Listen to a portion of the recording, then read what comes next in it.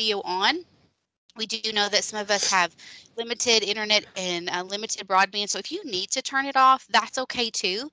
But we do ask that if you can, when you are speaking, to turn it back on. That's probably what I'll be doing because my internet is not very cooperative this morning.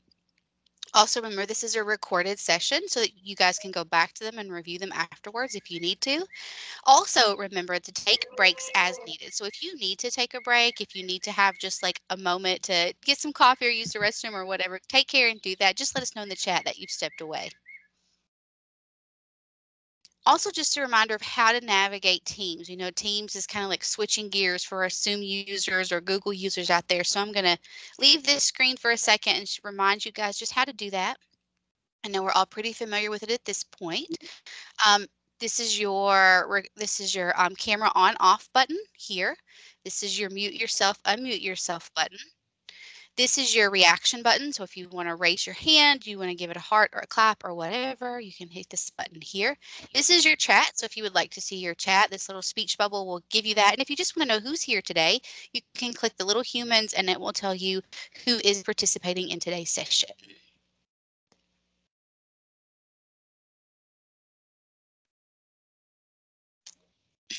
And just as a reminder, you know, it's really important that you guys stay connected, that we all stay connected. There is the Kentucky Leads SharePoint site. And so if you haven't been visiting in there very often, just a reminder to go back in there and check things out. Reach out to your teammates. You know, we all have, there's just so much expertise on this team. So don't hesitate to reach out to your team to share some of their expertise. Also, there's the directory, right? So that's going to tell us if you want to know, wait, where was this person and what district were they in? I remember they said that they did some preschool things or they did some behavior things. Let me reach out to them and see if they can, you know, help me think through something. And so use that directory to kind of reach out to each other. Also, a reminder of our discussion board. We had several people who had discussions this week that either posed a question or responded to someone else. Some really good discussions happening. And so just a reminder to utilize that discussion board. Also, we're going to touch on this a little bit later, but it will be part of the annual evaluation that scholars will go through every year. It is a great opportunity to share comments or questions or just ideas that relate to Kentucky Leads. Also, just remember to post and or respond between each session. So I know for me, I put a little calendar invite on there to remind myself, like a little note on my calendar to remind me to hop on there on a weekly basis and just kind of see what's going on, what kind of questions are being asked. So you guys may want to do the same. It's totally up to you. But yeah, just again, remember about the discussion board. Remember to post there. A reminder of our team norms. So to participate respectfully with your peers, be considerate and welcome multiple viewpoints. Devote your attention to those speaking and sharing. I know it's so hard in this world with pups and kids and other things going around, but let's try to be here when we're here. Ask questions for clarification. So do not hesitate to ask questions. You can drop it in the chat or you can raise your hand and speak, you know, to whoever's presenting or you know, whatever works for you is fine with us. Just be sure to ask those questions for clarification if needed. Be courageous and speak your truth. Own your intentions and your impacts of what you say, and honor our time together. This is an outline of our agenda. We're going to have our check-ins, and then in just a minute, we're going to have our Leads Academy updates. Then we're going to look into instructional supports with high quality teaching and learning. We'll have a break around 11. We'll jump back into instructional supports with high quality teaching and learning. We have two great guests today. Dion and Sonia are just have so much great information for you guys. I've worked with them on some other things and they are so knowledgeable, have so much expertise, and they have so much to provide. So I'm really excited that they're here with us today. We're going to have some group sharing time, some questions and just reflections on what you've learned, and also, of course, our evaluation and our wrap up. Are there any questions before we get started? And I can't see the chat, so if my teammates will tell me that there's something in the chat, if there's a question, let me know. All good, Shasta. No messages Great. in the chat. Awesome. Okay, we're going to have some of our updates today, and we've got Pete, Thomas, and Bill. I'll let them go ahead and introduce themselves before they speak, and then share what any new information they might have for you guys. Yeah, so I'll start. So good morning, everyone. I hope everyone had a great week and you're off to a great morning. So I will be sharing an update around the scholar evaluation. So last month, we briefly mentioned that scholars, that the grant is asking that scholars are evaluated on certain competencies. And so just to provide just a little context at a very high level, we will begin evaluating cohort one within the week in collaboration with your IHE partners. So you will be aligned or partnered with someone on the Kentucky Leads team and your IHE representative to complete the evaluation. So the evaluation rubric will be put into SharePoint to give you an opportunity to review it. So just remember, this is not an I got you. This is just to make sure that we are giving you everything that you need to get out of the grant and that is being measured. So again, you will receive information, or cohort one will receive their score next within the next couple of weeks around the different competencies. And please feel free to go into SharePoint at some point. I don't know if it's uploaded yet, but it should be uploaded by the end of this meeting. The rubric. And if you have any questions, please feel free to reach out. We will be sending the Kentucky Leads team, whoever you are partnered with, will be sending you an email around your score and if there's further conversation needed in regards to your performance with Kentucky Leads. Also, I do want you to be mindful that on the evaluation, there are some things that came along later in your cohort. For example, you'll see on their discussion board. So as you know, the discussion board came very later within the cohort. So we are going to be very flexible around certain categories because we are aware that the information was brought to the group at a very later time within the cohort. So again, you will be evaluated once a year. We're going to start off with cohort one. So cohort one, please be on the lookout for an email within the next week or two in regards to your score. And if you have any questions, please feel free to reach out to anyone on the Kentucky Leads team. On the email, just an FYI, your Kentucky Leads, whoever your Kentucky Lead person is, they will copy the IHE partner that supported the score in certain categories that we worked with in order to come up with the score. So I don't know if there's any questions, but again, if you have any questions after you review the rubric, because I'm pretty sure questions will come, please feel free to contact one of the Kentucky Leads team, either myself, Pete, Bill, and Shasta. So we will be your evaluators we will be your evaluators. So please feel free to reach out to anyone on the team. And I will turn it over to Bill to speak with us around the discussion board logistics. Okay, thanks, Dr. Williams, and welcome everyone this morning. I'm going to share a little bit more about what Shasta and Dr. Williams had mentioned about the discussion board. So Shasta, if I could, I'm going to share my screen. Absolutely. I'll stop sharing so that you can have it. All right. And then we'll put a link to this discussion board in the chat as well in a moment. Let me see if I can find this. I think this is it. Okay, so, all right, so this is the discussion board. As I mentioned, we'll include a link to the discussion board in the chat. Many of you have already responded. We're really excited about this feature because this is a chance for us to respond to the content that we're learning through the course of the Saturday seminars, as well as any questions related to special education leadership that you want to ask, resources that you identify that you want to share, conversations that you want to have, again, related to the Kentucky Leads Academy topics. This is the place to do that. And as Dr. Williams mentioned, We are in the process of evaluating competencies and skills that are developed as a result of this academy. The purpose of the evaluation really is just to get a sense of how well we're doing in terms of providing you with service and support to improve your skills and competencies related to special education leadership.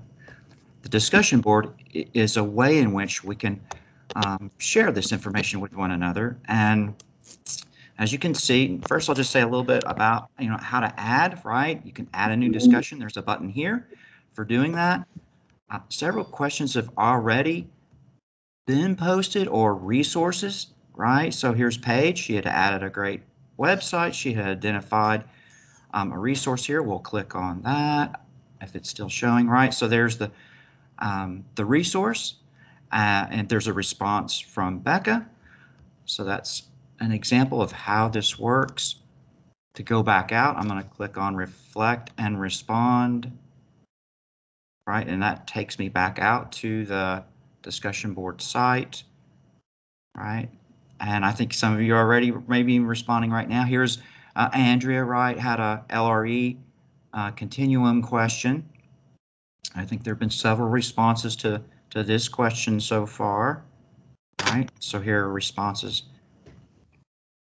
You see those, right? So go back out. So this is where the discussion board is located. And as mentioned, we'll put a link to the discussion board in the chat here in a moment.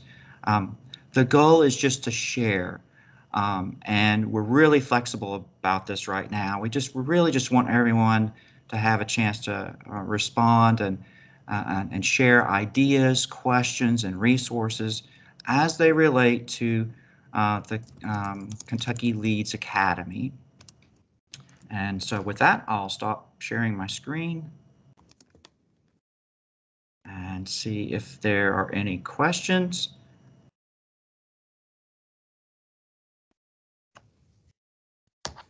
And if not, okay, great, thank you. I'll turn it over to Pete.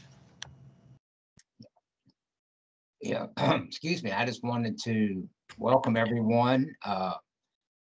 And again, to reiterate what Shasta had said, the folks that are going to be providing content today are just extremely knowledgeable.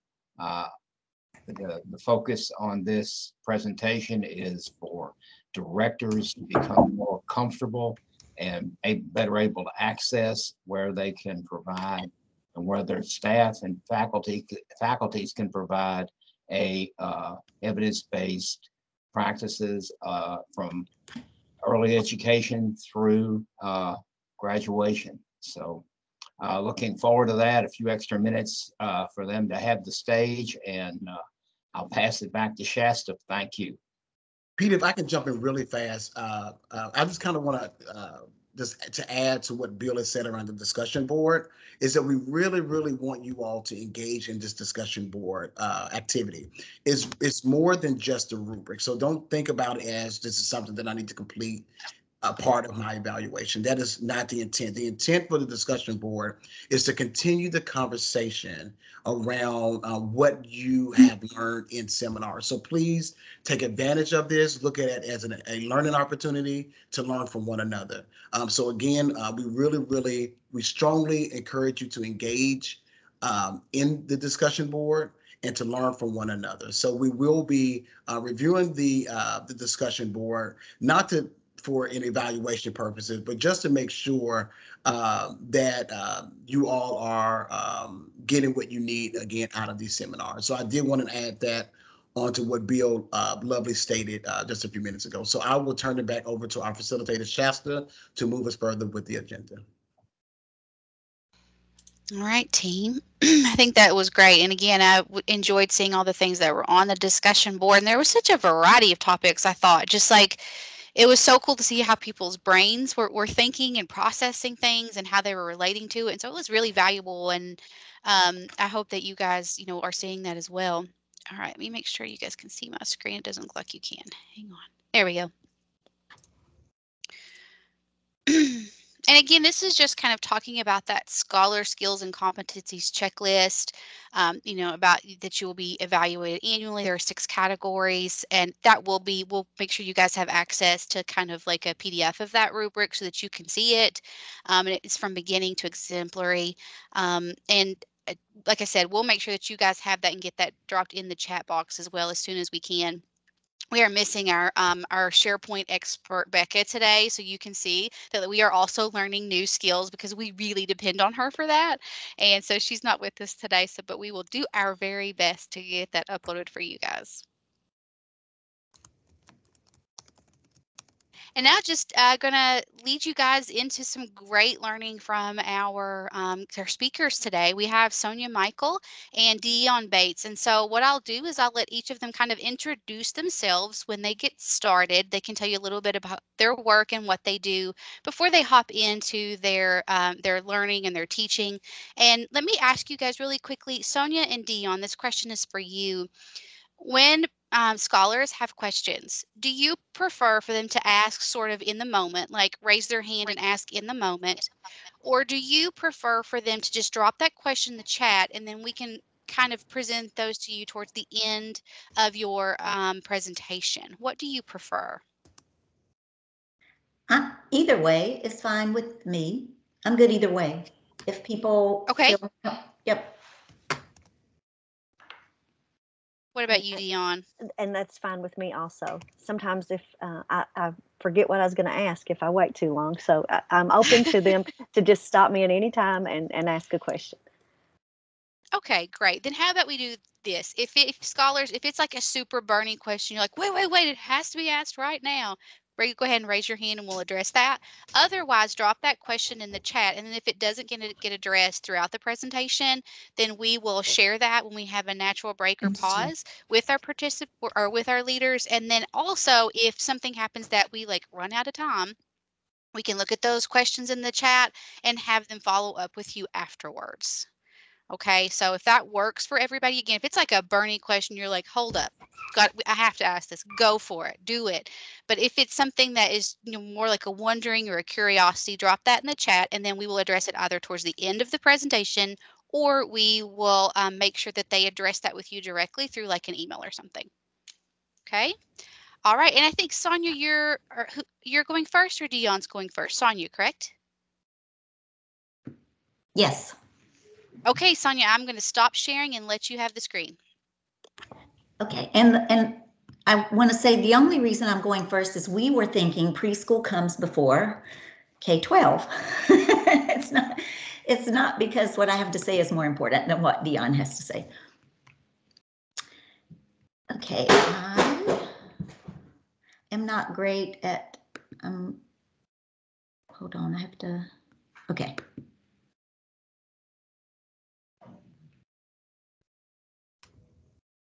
Sorry, I'm not very, can you see, what can you see? My computer is thinking about it, Sonia, so I'm assuming others might be as well. It could just be my poor internet. I can see your screen. I can see your screen with all the Teams meeting stuff in it, not a PowerPoint presentation though. I don't know why this is so hard for me. Sonia, it's because you're switching gears. When I get on Zoom, I am like, wait, what is this universe I am in? It confuses me because I'm so used to Teams, and everybody else is like, I hate Teams. So it's just what we get used to, I think. And You Sonia, should I have your presentation. Oh, sorry. I'm sorry. Go ahead, Shasta. No, you go. I was just going to say I can bring up and advance the slides if needed. So just let me know. Okay, it's just I'm used to Google and Zoom and I can't see what it is I'm trying to share. I don't know. I don't know why. Hold on. Okay, wait, maybe this will work. Okay, now can you see it? Now do you see the right thing? Okay. Yeah, now we have it. Hey. All right. I did see in the chat that somebody asked if I ever taught at Moorhead. I did to teach an IECE online course at Moorhead. I also taught at EKU for 7 or 8 years before I started working at the Berea RTC. So I know Jen. Jen was one of my undergrads, actually. So it's good to see you all this morning, and we are going to talk about high leverage practices. And we called it high quality teaching and learning because the high leverage practices are all about high quality teaching and learning. And so what we're going to do this morning, Dion and I are going, maybe should I have Dion introduce herself now? Or Dion, do you want to say a few words now, or? That's fine. I can introduce myself. I'm currently working as, I'm with Kentucky Valley Educational Cooperative as one of the regional cooperative directors in the special education department. And so my work is really around special education, and my specific component is around implementation and improvement. So instruction is a lot of what I do and talk about all the time around the region. And I'm happy to be here, and I look forward to the opportunity to collaborate with each of you. And it's great to be among some aspiring leaders, and I hope that we all have some good learning today. Thanks, Dion. So as I said before, we decided I would go first just because preschool comes first. So we're going to talk about preschool first, and then Dion is going to talk about K-12 special education practices with you. So we are going to just identify the high leverage practices this morning and talk about how those can be applied in your work as an instructional leader. And we also will share a few some professional learning or resources, some opportunities for you to dig more into those practices if you'd like. And just to let you know, you do have in the PowerPoint that I think Bill shared with you, and also there's a link I think on that Becca put up that you can access all of this information. But we did create a KWL chart for you all for your own learning, for just for your, you can download that if you'd like and fill it in just sort of to take notes and I guess address your learning. So what are high leverage practices? High leverage practices are practices that have been found to be foundational to effective teaching. So these are the practices that have been found to have the most bang for their buck, I guess. So, and they do apply to different learners. So, we specifically are talking about children who are eligible for services under IDEA, but the high leverage practices do apply to all learners. They're great strategies to use with any student. And they do, and as I said, they are the practices that have been found to have the highest impact on child outcomes. And teachers do use, we always want to reinforce that teachers use data-based decision-making. We kind of have to decide which practices work for which students. And so again, that's sort of part of your role as an educational leader, instructional leader, is to support teachers in the use of those data-based practices. So these are the high leverage practices. There are links. These have both. This slide has a link to both the DEC recommended practices webpage and the high leverage practices webpage. So you can go there to find more information. And Dion and I also have uploaded all the practices into your folder that's shared on your SharePoint site. So for early childhood, birth through really age 8, but we're going to talk about preschool today. The DEC recommended practices are the high leverage practices for that age group. And then there are a different set of high leverage practices for K-12 special education. And Dion is going to talk to you more about the high leverage practices for K-12 and how those came about. But for the DEC recommended practices, those they've actually had 3 iterations of those now. The first one was in the early 90s when we first started seeing, when we first had the law to meet when IDEA first included early childhood. So that's when the DEC recommended practices were first developed. They've gone through 2 revisions since then, and the most recent revision was 2014. So those are the practices that we now have for early childhood. And that the Early Childhood Technical Assistance Center has a wealth of information about the DEC recommended practices. I've provided those links for you later in this slideshow. And the Office of Special Education also supported this work. So the DEC recommended practices, they were developed to bridge the gap between research and practice. The people that developed the DEC recommended practices, the group that have worked on that, are people that have been in the field for a long time. Were foundational to early childhood special education, really. And so they have looked, so they know what works. And they are the researchers. They're people like Carl Dunst, Pat Snyder, people who have been in the field for a long time and have been doing research around early childhood practices. The DEC recommended practices, they build on quality programs. I'm going to talk about that a little bit more in a few minutes, but there's sort of the icing on the cake. So we always have foundational quality programs and practices for all young children, but then we have the DEC recommended practices sort of on top of that to support children who have particular and individual needs. They are, as I said before, the practices that are known to have the highest impact on outcomes for young children and their families. So these are the practices that have been found to be the most effective in supporting those positive outcomes. And they do support the principles of the Division for Early Childhood. I didn't really talk about, I'm saying DEC and I'm not telling you what that is. But the DEC is the Division for Early Childhood with the Council for Exceptional Children. So it's the subgroup of the Council for Exceptional Children that supports young children ages birth through 8. So it is a membership organization.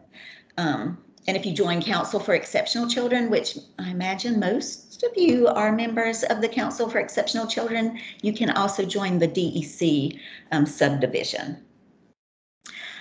But the recommended practices then do support the principles of the position statement on inclusion that was developed by the Division for Early Childhood and the National Association for the Education of Young Children, which is another membership organization that supports early childhood education and early childhood educators.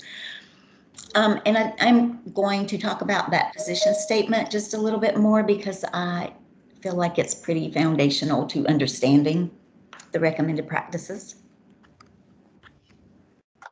So just a little graphic to sort of, again, that icing on the cake. We do know that first of all, you have to have quality programs and quality practices for all young children, sort of like RTI, you know, you have to have that tier 1. So we have those quality programs and quality practices in place. And again, Kentucky All-Stars is one of the things we have in Kentucky that supports those quality programs, looking at indicators that are evidence of quality in early childhood programs. And then we also have quality practices. So the Kentucky Preschool Regulatory Guidance is very indicative of quality practices. It really guides quality in our public preschool programs. So public preschool programs are implementing good quality practices just based on that regulatory guidance. The National Association for the Education of Young Children also has a set of practices, developmentally appropriate practices. The Kentucky regulatory guidance closely aligns with those. So then the DEC recommended practices are the icing on the cake. So we've implemented those quality practices, and sometimes children need a little bit more. So the recommended practices sort of guide us to provide that individualized support for children that need it. I'm talking really fast because I know time goes fast. So, but if you have questions, stop me or, just put them in the chat box. So I did want to say, I guess I saw in your discussion board, somebody had posted about Kentucky Early Childhood Standards, so that makes me think you've heard about this before or know about it. But I did want to say a little bit about the Kentucky Early Childhood Standards, because when we're talking about those quality programs and quality practices, the Kentucky Early Childhood Standards are another, I guess, tool we have in the state to support those quality programs and quality practices. And those standards do represent what children birth through age 4 should know and be able to do. There's a separate set for birth through age 2 and another set for children ages 3 and 4. So in public preschool, we use those 3 and 4-year-old early childhood standards to, sort of decide what children need to know and be able to do, and plan that instruction for those children. And then, of course, the DEC recommended practices would help us support that instruction. The standards are based on widely held developmental expectations, so what we would expect a child of a certain age to be able to do. So I did link here the CDC developmental guide milestones. They have just recently updated those based on what our current expectations of child development are. So that's another sort of, I guess, tool that you can use if you're not familiar. It's just really important if you're guiding teachers, early childhood teachers, that you understand what the expectations should be for a young child. And that's another tool to sort of guide your learning if you need it. The early childhood standards are accessible from the Governor's Office of Early Childhood website. I linked that. This is another link that you can use to access those standards. But they are revised. I want to say they're under revision. Really, they're revised, and the Governor's Office is now working on rolling those out. They're working on standardized training for all early childhood providers. And they have something called the Early Childhood Institute a few times a year, and they're having one in June at the Galt House in Louisville. And they are going to roll out those new standards. So the old standards are currently linked there on the Governor's Office of Early Childhood, and once the new ones are all ready to go, those will be available. They're not going to be vastly different, but they did add some things like technology and a few other things. Okay, so just to say a few more words about the position statement on inclusion from the DEC and the NAEYC. That statement does say that all children have a right to participate in a range of experiences. So we, as supporters of young children, must find a way to ensure that children with disabilities are able to participate in a range of experiences as their typically developing peers would be able to.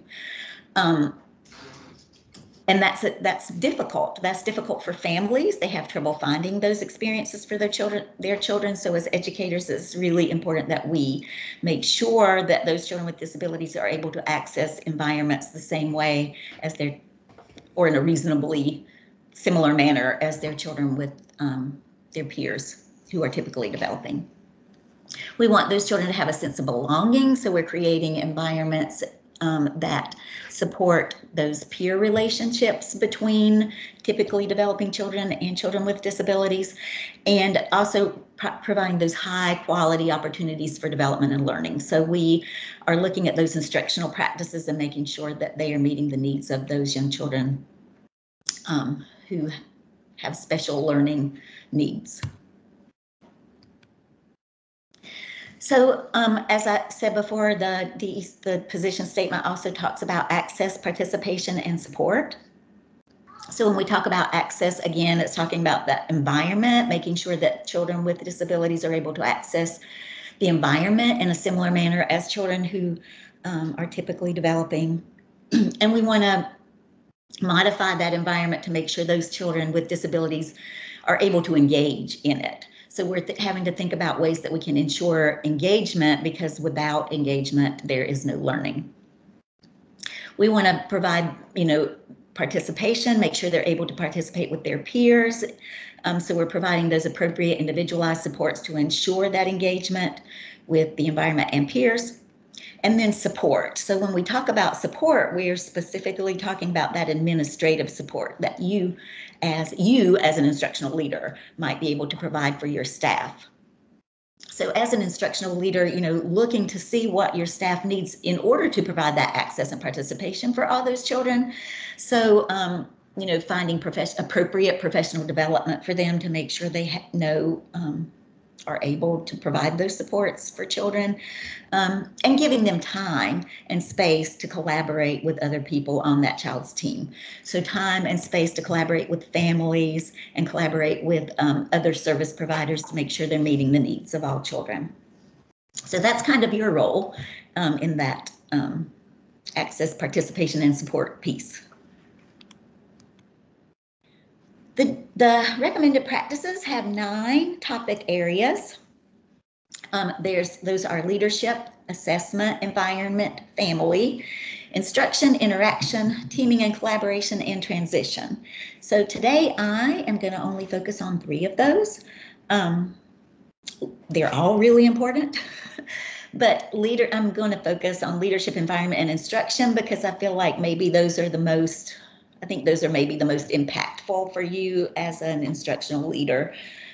Certainly environment and instruction are things that you would be most likely to be able to see. But I did upload all of the recommended practices in your folder, and those are also, again, available at that link, the website link that I provided.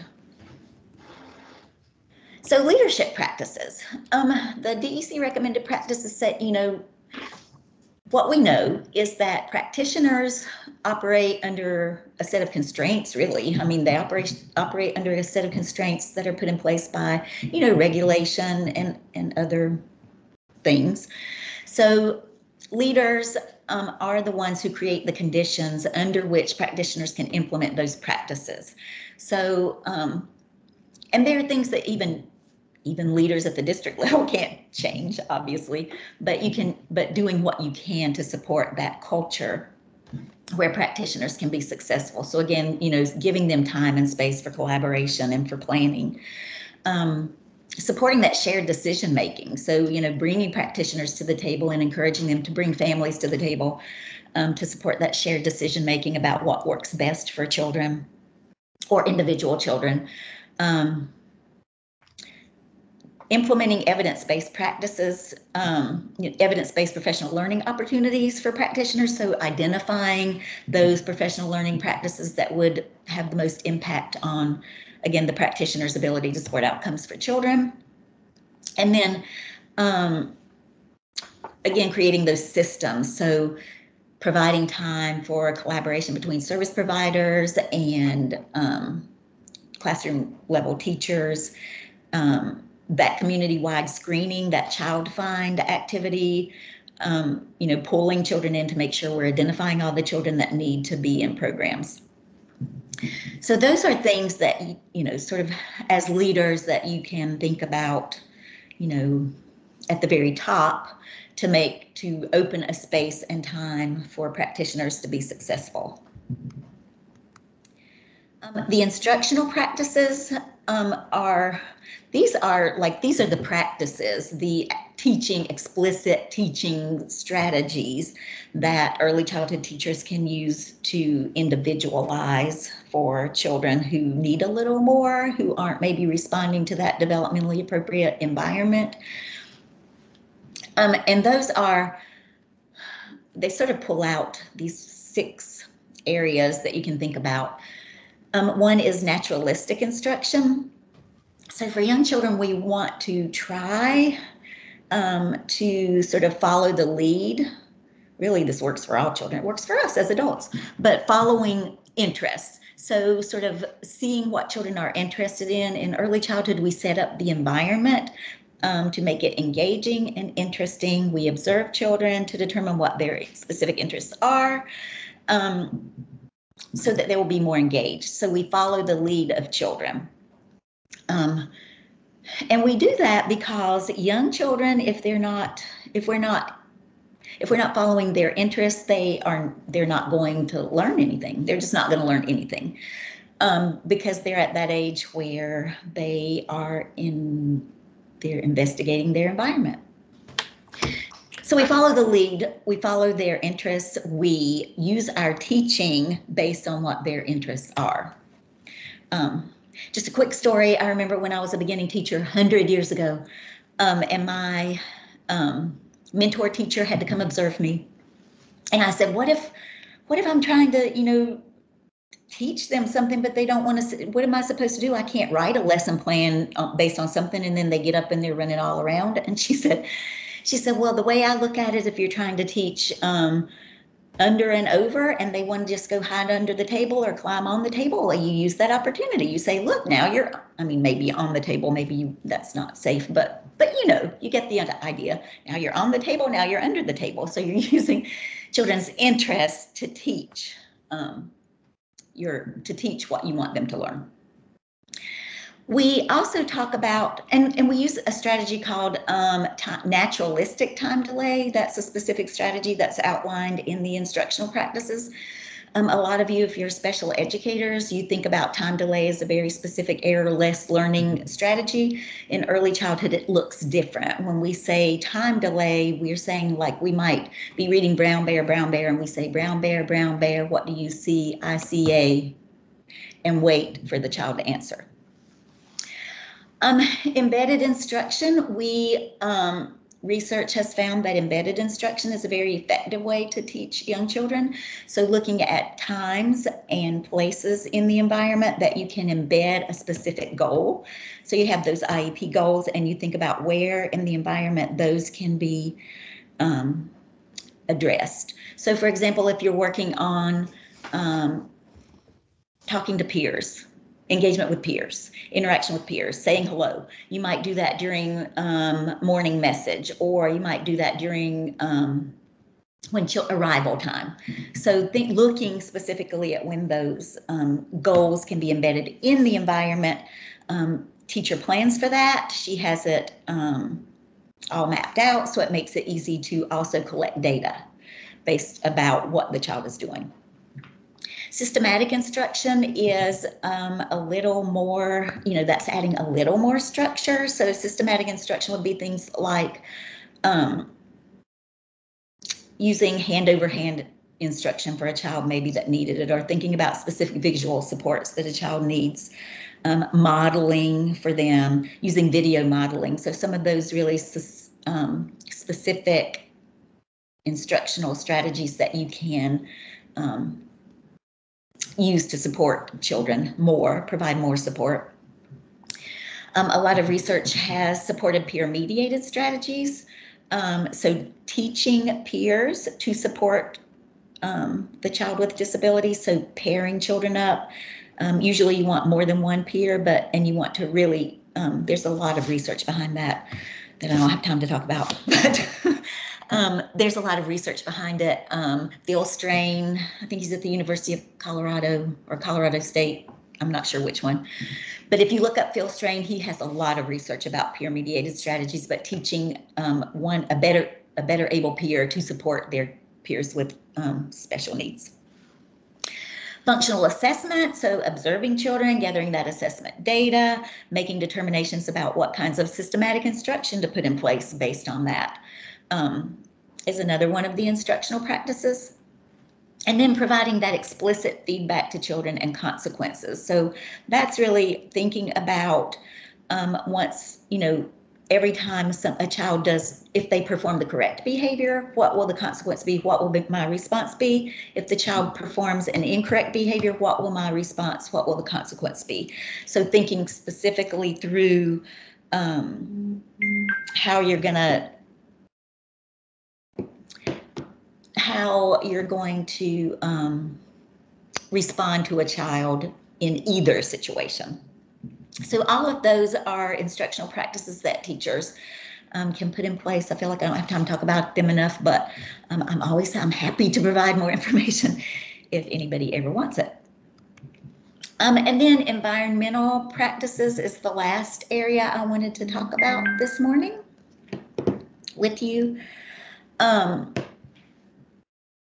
So the environmental practices really look at the physical environment. So how we set up that physical environment so that children can access and engage in activities and learning opportunities. We also look at the social environment. So how do we set up the environment to encourage the children, the typically developing children, to engage with the children with disabilities, because social interactions are so important to long-term positive outcomes for individuals. So how do we support those friendships in that environment and in that peer interaction? And then we also look at the temporal environment, or how we organize time. How do we provide additional time for children maybe with disabilities to access what they need? And also thinking about that specific, that children need to know what's going to happen. So how do we support their engagement and lack of anxiety by providing routines that are consistent? The environmental practices do address access, again, so making sure children are able to access the physical and social environment, engagement, making sure that we're providing modifications that allow for them to engage with materials and engage with peers. And we also, of course, take into consideration safety, so making sure the environment is safe for all children. The environmental practices include universal design for learning. So we want to think about, making sure the environment is accessible to everyone. So when we set up that environment, we are looking to make sure that we, that there's enough space for walkers and wheelchairs to get through, that things are placed low enough that all children can access them, that kind of thing. It does include that team planning for individual children. So again, making sure that early childhood teacher is a member of the team with the other service providers and the family, so that everyone can come together to make decisions about how best to meet the needs of those children with disabilities. And then also those modifications and adaptations, including assistive technology. So thinking about what a child might need in order to communicate with their peers if they have an expressive communication delay, or what they might need to physically access the environment if they have a motor delay. And of course, a motor delay can impact communication also. So thinking about how we provide those assistive technology supports to make sure children are able to access the environment and engage with peers and materials. Okay, so I think I did it right on time.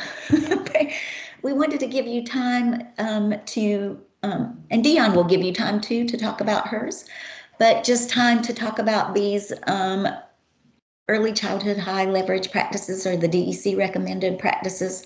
And I know I talked really fast and just gave you a lot of information, so you might not even know how you can use this information. But maybe if you, I think we were going to do about 7 minutes. Is 7 minutes still okay? Bill and Shasta and Thomas? Yeah, that works for us. Yeah, We have a break at absolutely. 11, so that'll work. Okay, so so maybe if we do 7 minutes, we'll be back. Maybe anyway, we might have a few minutes for you to share quickly, maybe. So if you identify first of all a recorder / reporter for your group, and we'll try to share if we have time. If not, that's okay. You can share it on your discussion board later. But how might you use this information, and what challenges might you face in using this information to support early childhood teachers? All right, so I will break you off into groups now, and I will put in the chat when we are 1 minute before we transition back to home. Okay.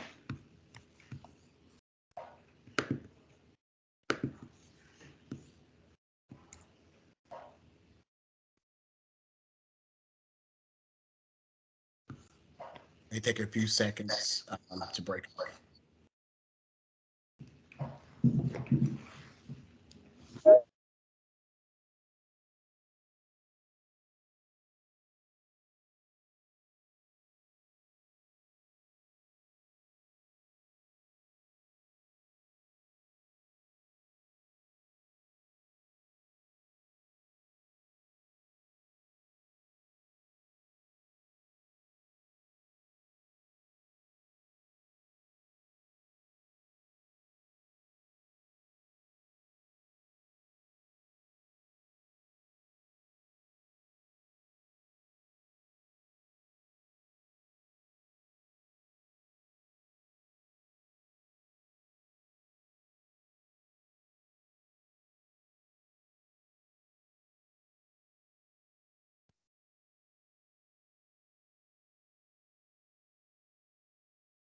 Okay, let me see if I can. I got kicked off. Okay, let's see. Sorry, I got kicked off too. My computer died. Okay. I was like rushing. I was like, oh gosh. All right, let me see if I can. And there's someone else. Oh goodness. All right. All right, let's see if I can. I got kicked out. Can I get back in my group? Yeah, let's must have see been if a I thing. can do this. Beckett is not here with us today, so I am learning how to do this as, yeah, I'm learning. Okay.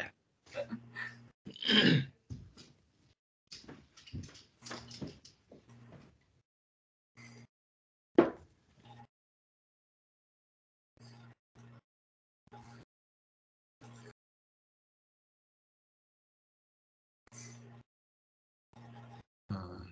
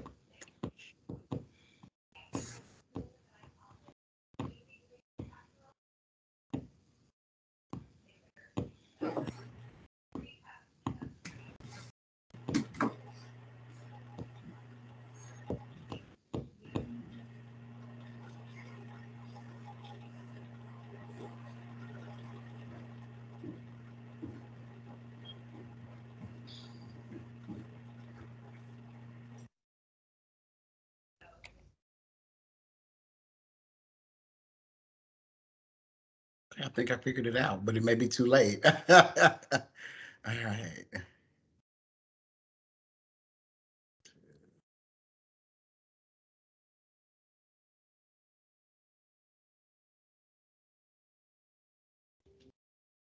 I thought maybe there was a way through the chat to re-enter, but I'm not seeing it.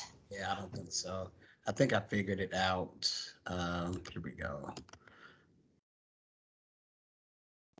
I'm not tech savvy when it comes to Oh, me Teams. either. Zoom, I gotcha.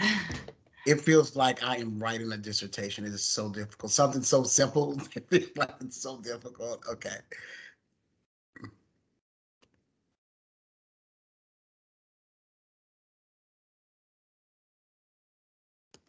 Okay. All right. I think you have about 1 or 2 minutes. Sorry. All righty.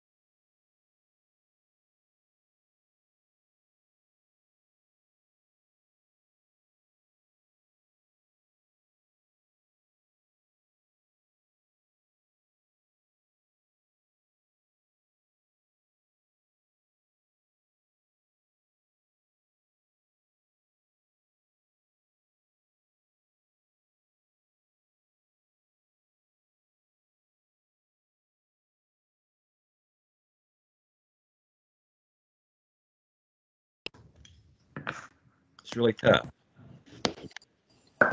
Big group. All right, welcome back, you all. I believe we have everyone back, and so we now have allocated some time for some reflections and sharing. So I guess I'll start with room one. Room one, is there anyone who may want to kind of talk to us around your discussion in your small group?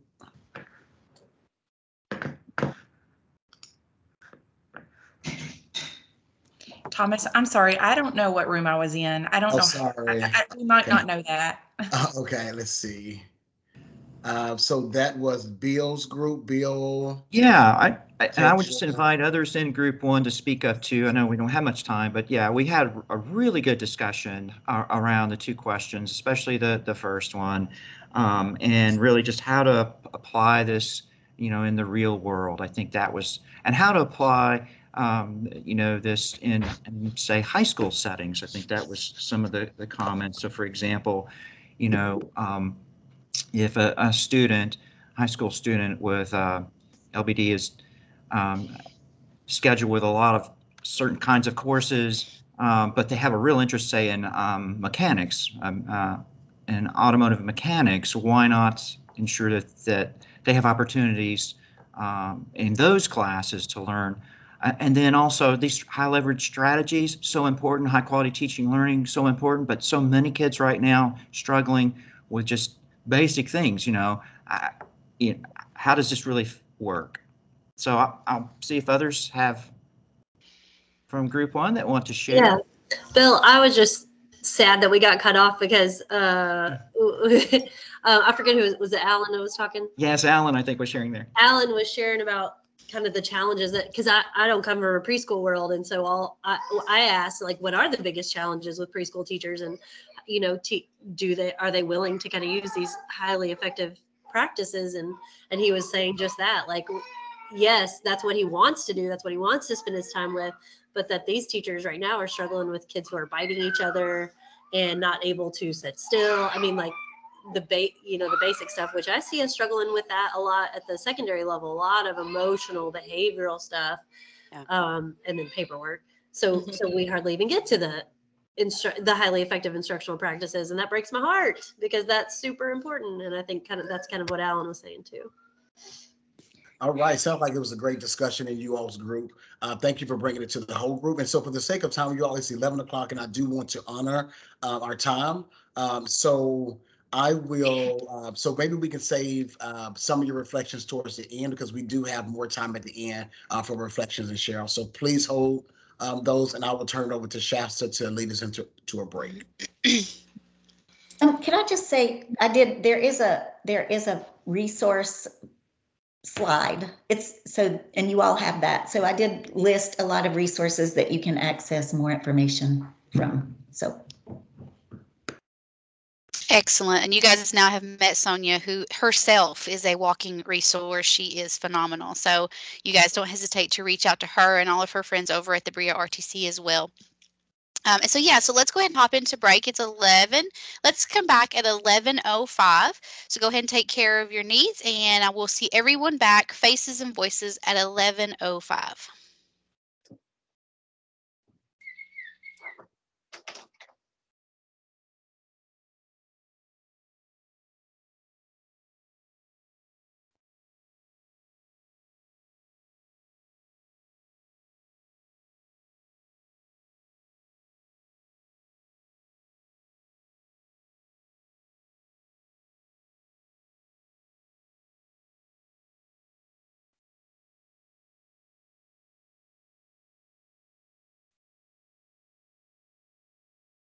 And Dion, I'm still here. Do you have everything you need? You feel ready to go and good with Teams and everything? Yes. Can you see my screen? I was going to go ahead and try to. Mm-hmm. You can? Okay, I'm going to go ahead and. I can. There. Is it full screen? Yes, ma'am. Okay, great. Thank you very much. You're welcome. Okay. Yeah, so I think I'm ready to go. Great.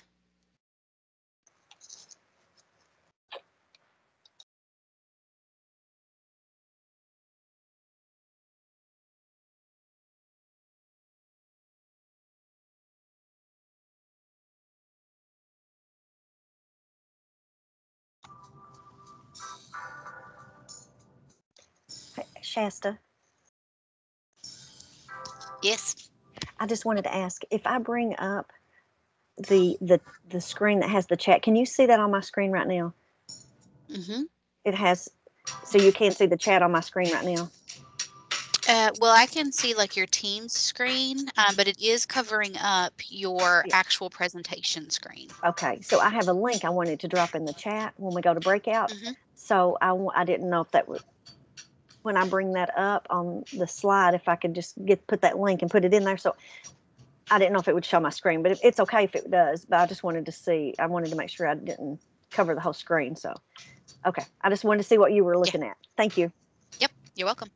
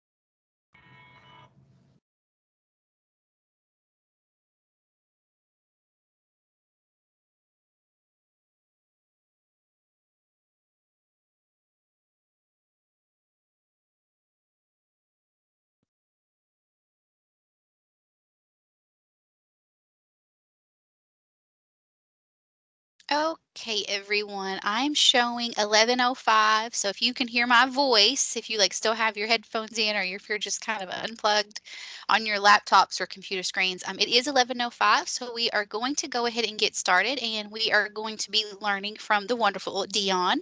And Dion, if you could just again just kind of remind us a little bit who you are and where you're from before you get started. I know that's so helpful to scholars when they have questions. Okay, thank you very much.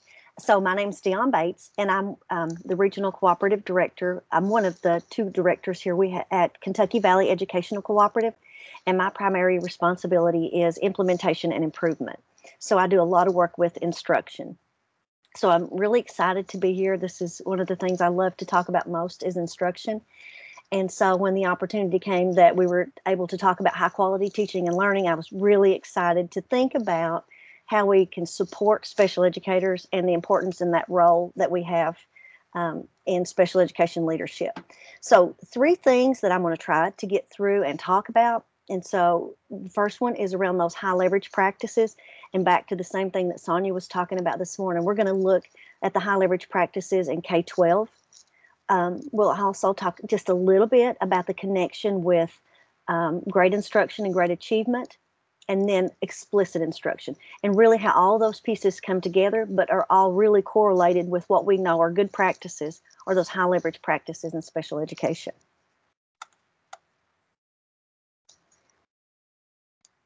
So again, for the high leverage practices, we have the Teacher Education Division representatives from the Council for Exceptional Children. We had the Professional Standards and Practice Committee representatives from the Council for Exceptional Children, and then the CEDAR Foundation, which is that Collaboration for Effective Educator Development and Accountability and Reform. They come together and really try to synthesize those practices that we know are good, strong supports for teachers that are tailored toward explicit, systematic, highly responsive teaching and learning for an academic and behavioral interventions. So that's what this link is, and you'll see later on the presentation, and in the SharePoint drive, we provided you with a link to this particular resource. So you'll have the digital print of this one. So when we start thinking about our role as special education directors, we think about some of those priority needs, and we know with high quality teaching and learning, part of that work that we do is supporting special education teachers. And across the state, we have critical shortages in the areas of special education. So in response to that, we have a lot of teachers who are in alternative certification programs, or they're earning their, through an option 6 or an option 7 program. And then we have those teachers who went through traditional programs, but some of them still, we want to help build that content knowledge and that background knowledge about, high quality teaching and learning. And so we do that if we're able to identify some evidence-based practices, some resources that are our go-to pieces that we know will be effective and helpful for our teachers. So those are always really important things to do, because we are all working toward improving teaching and learning. And so the other thing is that sometimes we, as directors of special ed, as education leaders, we are looking at what that ongoing professional learning is and what the needs are for our exceptional children's staff. So it's important that we keep current and we know what's happening, and that we continue to be able to answer questions and support teachers as they are asking questions about, how do I support students? How do I lead and facilitate good teaching? So that's, those are some really big pieces. The other thing is you may be facilitating professional learning, and or you may be providing, designing and delivering special professional learning in your district. So part of that is, again, keeping up with that current piece of what's current in the research, what's current in what we know about teaching and learning, and being able to convey that to teachers. So that's an exciting part. And so I kind of just preface that because that kind of sets the stage for this work we're talking about with high leverage practices. And so the high leverage practices for K-12 special education teachers are really around these 4 aspects of practice. And that first one is around the collaboration. And we know the role of a special educator in that collaboration, because we collaborate with professionals, we collaborate with general ed teachers, we collaborate with hearing impaired teachers, visually impaired teachers, occupational therapists, speech therapists. So we're all collaborating together. We collaborate with families. So those are important components. And then assessment, we know, is such a critical piece, because we use assessment to monitor student progress, to inform them of parents and families of how students are doing. And then we use that assessment to tailor our instruction. So it's got a very specific purpose as well, as we think about that aspect of our practice. The same for social and emotional and behavior, our learning environment, and that references, that kind of goes back to that piece that Sonia talked about this morning, that positive and constructive feedback, social behaviors, assessments. So that's another really important piece. And again, when you have an opportunity to look at this more in depth and look at that resource, you'll be able to look at each of these components. But for our work for today, we're going to look specifically at instruction. And so there are actually 12 high leverage practices around instruction. And that's what we're going to focus on for the next few minutes to talk about. And so on your screen, you'll see that those 12 are identified here. And I'm going to give you some time in a breakout group in just a minute to look through these and kind of get a little bit more in-depth thinking around that. But with the high leverage practices, we help teachers understand, for example, the first one is identifying, prioritizing long and short-term learning goals. And that's how do we help teachers understand that process, looking at that general ed curriculum, looking at that long-term learning goal, and then how do we break down that work with the standards, and how do we help teachers be able to identify critical skills, what those prerequisites are, what students might need. And so that kind of helps us bridge those gaps when we know students have deficits. The other practice, or number 12, is looking at that design. How do we systematically design or plan our instruction for that specific learning goal? The practice 13 is about how do we adapt that curriculum task? How do we adapt the task in the curricula or the materials to meet those goals? How do we teach cognitive and metacognitive strategies? Is around that high leverage practice 14. 15 is scaffolding and supports. 16 is explicit instruction. 17 is how do we use that grouping? And I loved that that goes back and connects again to what Sonia was talking about this morning with that engagement. When we're grouping kids, how do we get kids engaged? How are we keeping kids? How are we looking at their learning styles? How are we grouping kids based on needs and interest? High leverage practice 18 is around student engagement. Again, connected back to we're talking about how important engagement is and finding things that students are interested in. 19 is around assistive and instructional technology. 20 is intensive instruction. 21 is how do we help students maintain what they've learned and generalize that across different settings. And then our high leverage practice 22 is how do we provide that positive and constructive feedback. So again, that's just a snapshot of those practices, but we're going to break into a group and we're going to do a breakout room activity around allowing you some time to just internalize and think through those high leverage practices. So I think we're ready for a breakout group. And what I'm going to ask you to do is answer this question. How would you use those high leverage practices? We're talking about instruction, but as your role as a special education director, how would you use those high leverage practices to support teachers? So I'm going to ask that the first 5 or 6 minutes that you just read through this tool that I'm going to drop in the chat, and I'm going to bring it on the screen. So I'm going to let you just read through a more of a narrative about that describes those practices and let you kind of think about that and process it. And then I want you to be able to spend the next couple of minutes in your group. And if you'll select a person to share out, that would be great. So I'm going to open up those high leverage practices. And if you don't mind, if we could go ahead and move to breakout rooms, I'm going to drop the resource in the chat and I'll show you what this resource is and let you take a look at it. So everybody's going to get a copy of this. And it identifies those high leverage practices. So I'm going to put that in there now for you in the chat. And so you will have this when you move to your breakout group.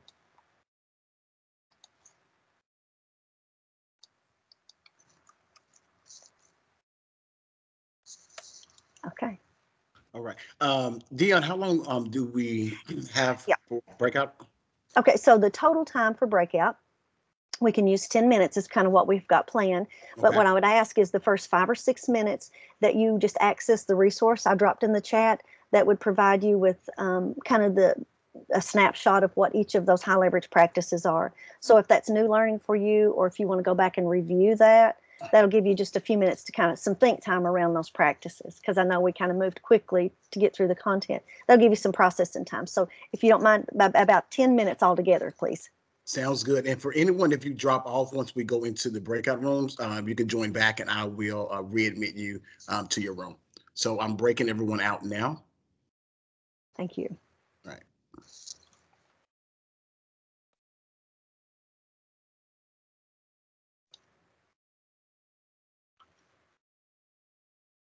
And again, it may take a few seconds for us to actually break out. And while we're working on that, is everybody kind of clear on what the task is? I just really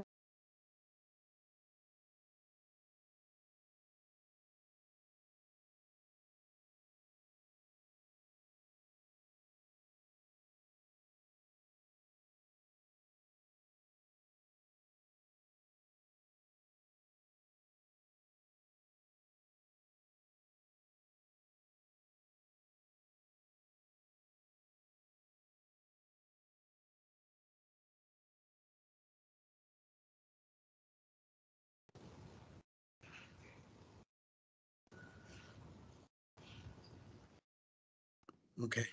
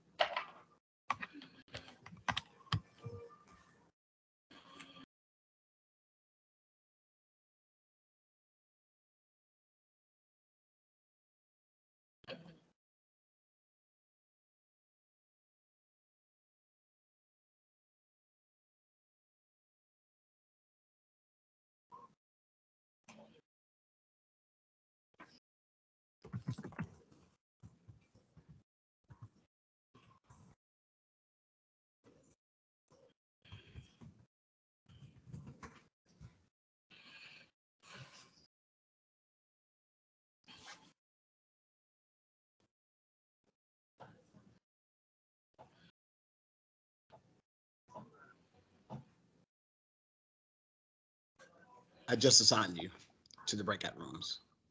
Okay.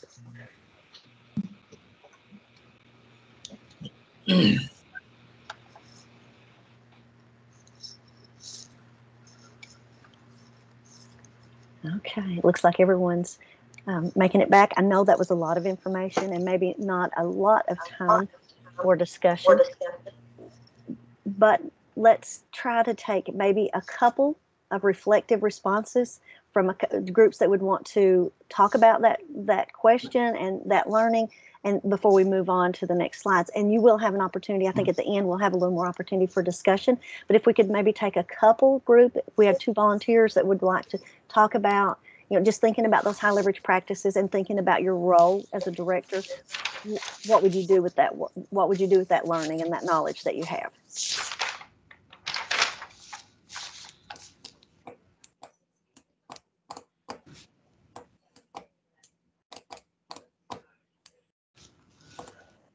I can't remember what group number we were in, but room 3.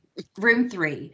We hit it hard with PLCs. We talked about, because it has to trickle down and it has to meet the teacher's needs as well. So how do you have someone so effective as a dose? How do you bring that down to connect with the teacher? So PLCs was a way to do that. We had a couple people in our group that are from Jefferson County, so we talked how we do it with such a large number of people, but creating those meaningful PLCs, making sure the message is consistent, and then just sticking with those procedures.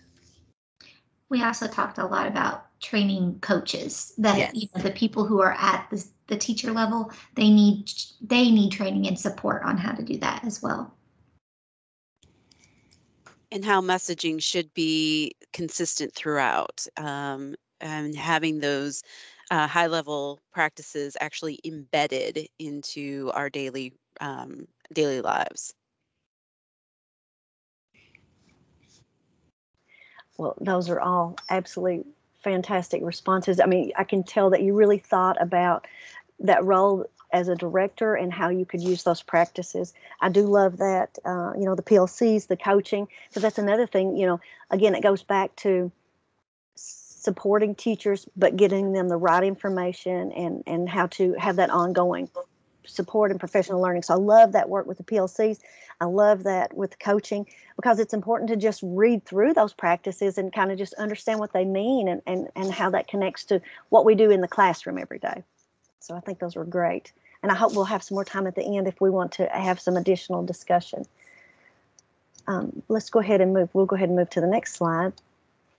And so this one then is kind of an additional piece around instruction. And here I wanted to talk just a little bit about this work for its grade. Excuse me. I can't see your, I don't know if you have your PowerPoint up. Okay. Yeah. I do. Let me see. Sorry. Thank you. You're welcome.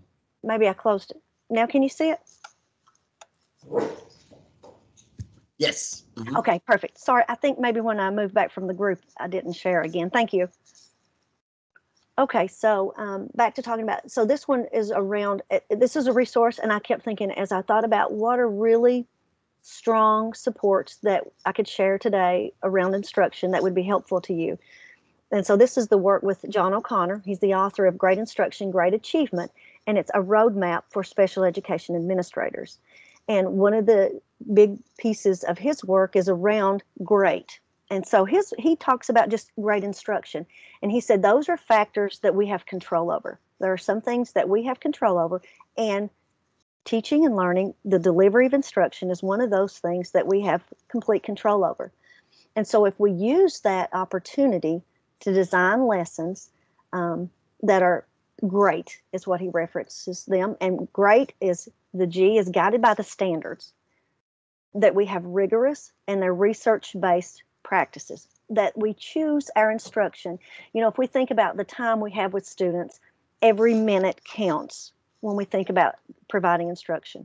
So we want to use good, solid, evidence-based practices that are rigorous, that maximizes our time.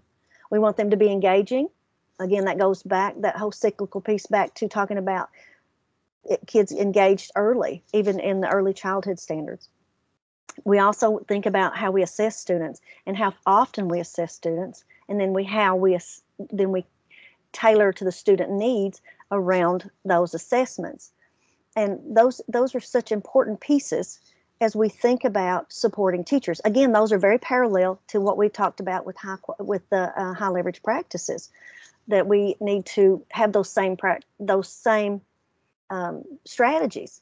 And so if we teach teachers those, we're really getting those across the board around assessment, around how we use standards.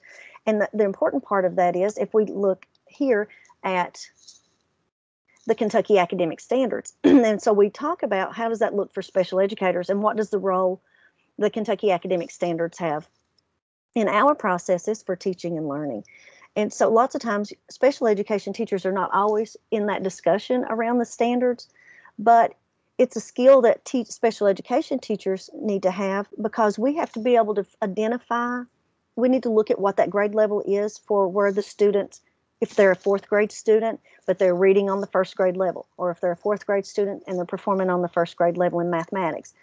Part of that understanding that drives our instruction is being able to really to kind of break down those skills and understand that critical content, so that we provide very explicit, direct instruction on the content that our students need specifically. And there's an important piece of that is that we have to think about when we write an IEP goal. So it's really all connected, both bridging the gap between the academic piece, the teaching and learning, and the compliance piece, because those are really forces that drive one another, right? It should be all in, again, that's a cyclical process that we need to be able to look at where students are performing. That guides our development of our present levels. Then we know exactly where our students are at. We know how we're going to assess them. Then we develop a goal around those.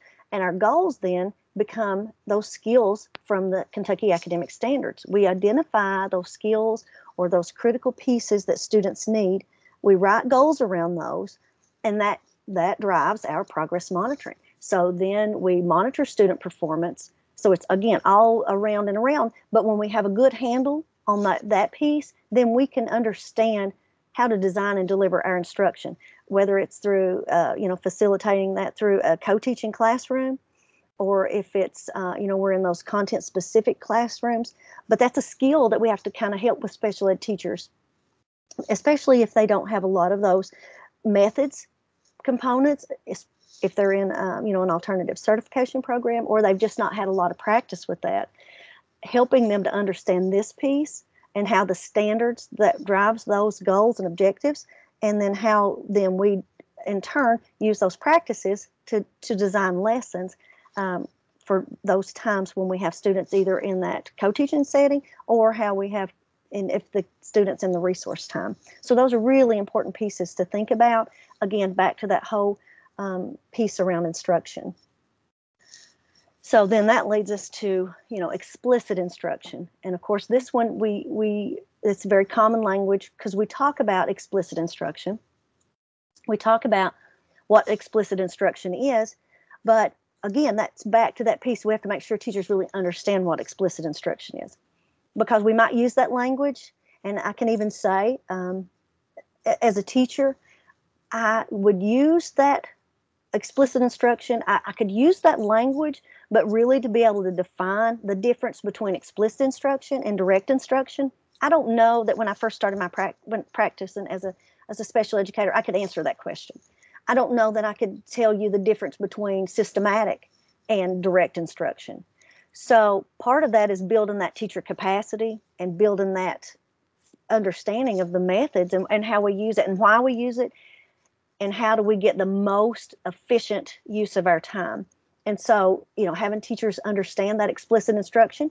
But again, when we go back and look at those high leverage practices, explicit instruction is a high leverage practice.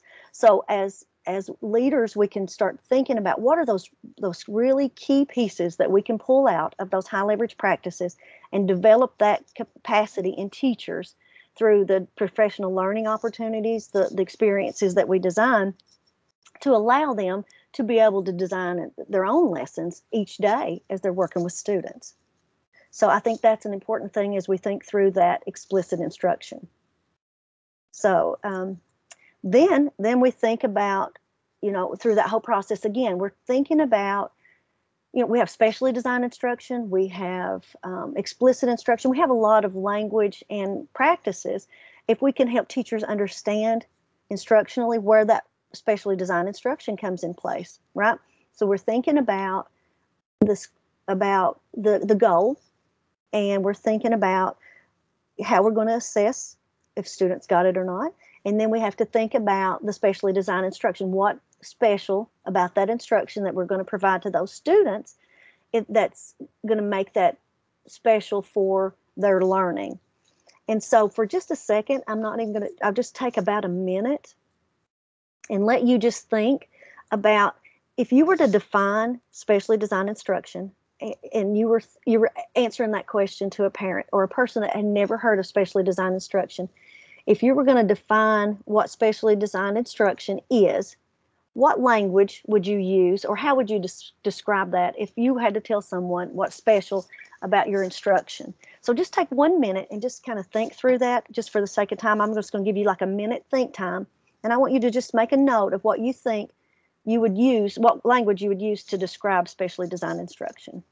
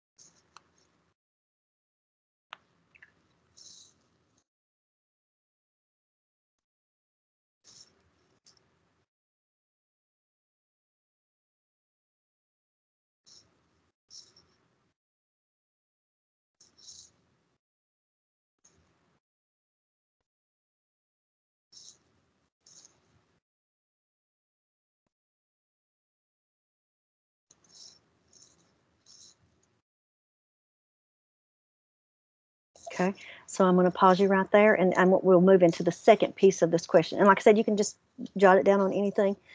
But now, thinking about your definition of what specially designed instruction is, how would you answer this next question? If someone asked you what the specific instructional practices that you know have the greatest impact on student academic performance, what would those be? Can you list 2 or 3 instructional practices right off the top of your head that you know, maybe you've used in your classroom or you're using right now, but some practices that you know are that have the greatest impact for our students with disabilities? So I'm going to give you just another minute think time, and to jot down 2 or 3, try for 3, but if you get 2, that's fine. But what are some instructional practices that you know are the greatest impact? And I'll just go ahead and I'll stop now.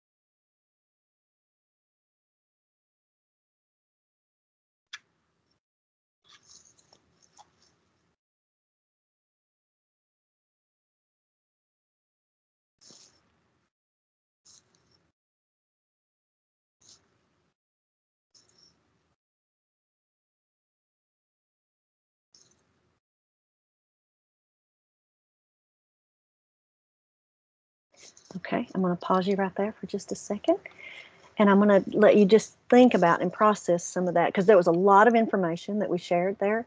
But I'm going to bring you back on the screen so I can see everybody. But thinking about that, who wouldn't mind to share? We have a few minutes. Who wouldn't mind to share your definition, excuse me, of specially designed instruction? We have any volunteers?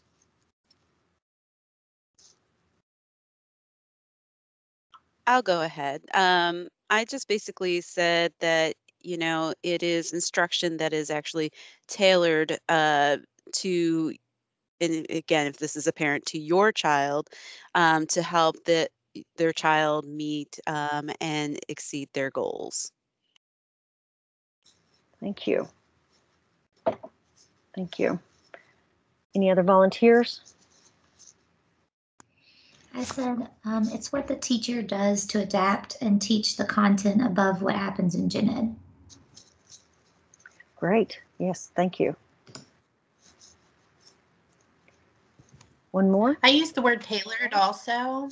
Mm-hmm. That word came to mind, and I also said that it was, you know, based on individual assessment data. So based on that student's individual data. Great. Yeah, and I do like that word tailored. That's one of the language that John O'Connor uses often, is that tailored, but good. Any more?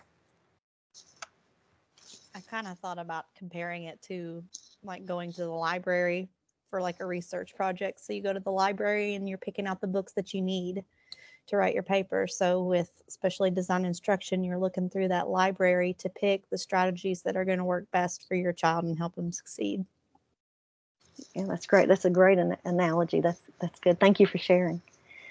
So let's go in. I know we have a few more, just a couple more minutes. Let's talk about that second question. And the second question is really around what specific instructional practices that you know when you talk about specially designed instruction. What are some that you know, hands down, are good, solid instructional practices? Anybody? We'll take 2 or 3 volunteers. Pre-correcting behavior. Mm-hmm. That's great. Yes.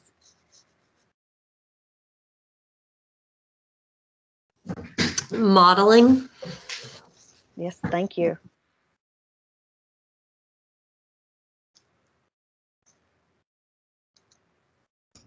Feedback. Feedback. Excellent. Yes, thank you. Thank you. So we have a chat, explicit instruction, modeling. So it's important that we think about those things, but how quickly you were able to retrieve that from your knowledge about what you knew were good, solid practices, those were strategies. Again, we want to help develop that capacity in teachers, right? We want them to kind of have that toolbox. And I think that's one of the things that John O'Connor says in his research is we have a toolbox as teachers, as special education teachers, and we continue to put tools in that toolbox that we know that are high quality, effective, that we can pull out quickly and apply to that learning for students. So as we think about that work and helping support special educators, we help them build that toolbox and build that capacity.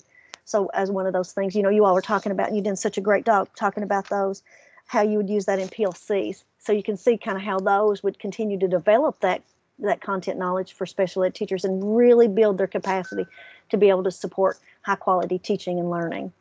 So I have one more slide, and that one is the one from the Department of Education. So that's where I shared this one from, around that specially designed instruction. And so again, we see that how we adapt. That was part of those high leverage practices, right? We were talking about the adaptation of curriculum. We're talking about content. We're talking about the methodology. So we're talking about methods. So all of those things that we've talked today about around instruction are really all connected. So the more that we can help make those connections and bridge those gaps between understanding compliance and understanding the instructional piece really just gives our teachers that extra boost. And so I've got one more slide. And so you'll have access to these. And these are just links to the standards, the resources, the high leverage practices. And then my final slide here is just the one that has the contact information for myself and for Sonia.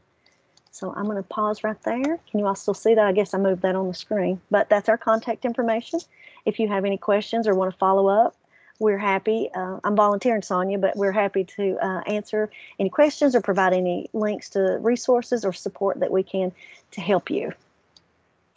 And we're excited that you are engaging in this work. And I'm going to stop right there, and I'll turn that back over to our facilitators. All right, I think I'll take it. And so thank you so much, Sonia and Dion, for your presentations.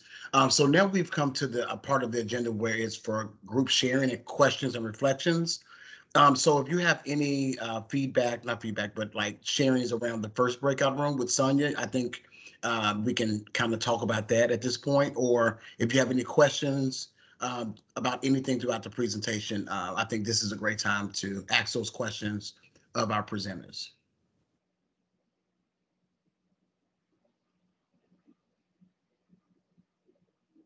So you can either raise your hand or you can just unmute yourself.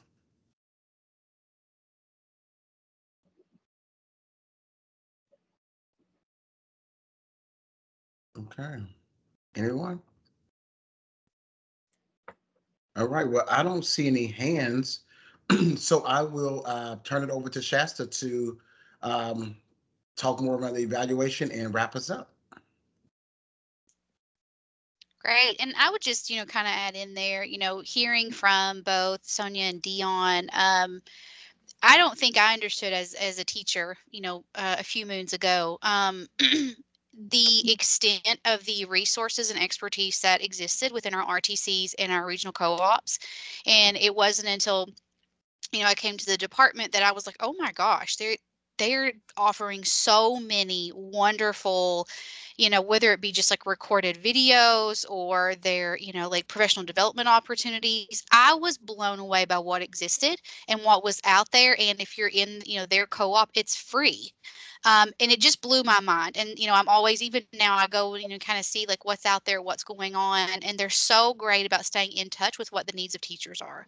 I keep hearing, though, there's concerns around behavior and concerns around the emotional learning of our students and things like that. And so many of our co-ops and RTCs have stuff out there for that. So if you like haven't had a chance to just go and explore your cooperative, and if you don't know what your cooperative is, like reach out to me. I'll, help you figure out, who your cooperative is. And I just go out there, share that, especially when you get in that leadership position, share that with your teachers, because it's there's again just so much expertise and knowledge, and it's very curated, um, to the needs of their regions, and so much expertise that just exists. I can't say that enough. But so I just want to give a shout out to them, and I don't. This is no endorsement. I don't get any swag from the RTCs or the co-ops for giving this shout out. I'm just saying because there is so much out there. Shasta, I think Lindsay had her hand raised it a moment ago. Just want to make sure that. Sorry, I accidentally clicked that. Oh, okay. Just wanted to see if you had a question. No worries.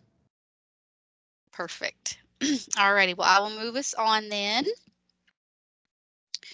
So our evaluation and our wrap up, I will make sure that this gets dropped in the chat, or if one of my teammates will. Again, it's hard for me to kind of switch screens and not make everybody dizzy. But do make sure that you do your survey, your Saturday session survey. That is super informative to us. It helps us know what worked and what didn't.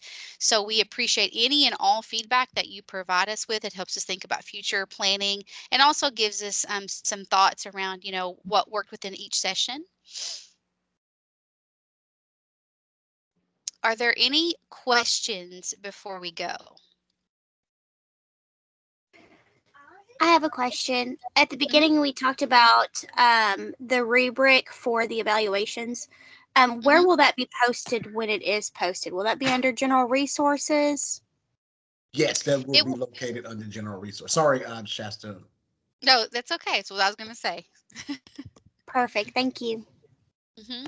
And we'll make sure that once that is posted, we'll send everybody an email out too with a link, so it's just easier for you. But we'll make sure that you do have access to that, and that we send you all that information as soon as it gets posted. Again, we apologize that we don't have it posted yet. Like we said, Becca is out, but we will work on that. It's all good. Thank you so much. Any other questions? Shasta, I don't have I don't have a question, but it's more of a comment. And so I just want to, as always, just thank you all for participating with this Saturday seminar. And thank you so much for Dion and Sonia for taking out your time to come and speak with our scholars. We really appreciate it. So again, thank you all so much. And I think someone's hand was up. I did have a quick Okay. question. All right. So With the discussion boards, I think I completely missed the boat on that one. So are we able to just go back and, you know, answer anything or respond and participate with those, or is that a set timeline? Like if I can go back and do the ones that I've seen previously. yeah, absolutely. So Okay. yeah, so we can go back and you know, if you all want to go back to, you know, last minute and weigh in, please feel free to do that. So Okay. but Okay. it would be great if, you know, moving forward, if everyone can participate within the discussion board within the month before we meet Absolutely. for the next Saturday seminar. Thank you. Okay. You're welcome. All right. Shasta? Okay, if there's no other questions, we will see you guys again on March the 26th, same time, same channel, for our next Saturday session. And just thank you all so much again, just always like giving up some Saturday morning. This is a big deal. Saturday mornings are a big deal to me. So I appreciate everyone for being here, being attentive, honoring each other's time. And we look forward to seeing you on the discussion board in the meantime. Thank you all. Have a good weekend. Thank you. Thank you all. I did want to say one more thing. I dropped in the chat the link to the Kentucky Dose Support Network, and that has the cooperatives outlined, and there's tons and tons of resources for directors of special education that you can take a look at. Thank you, Dion.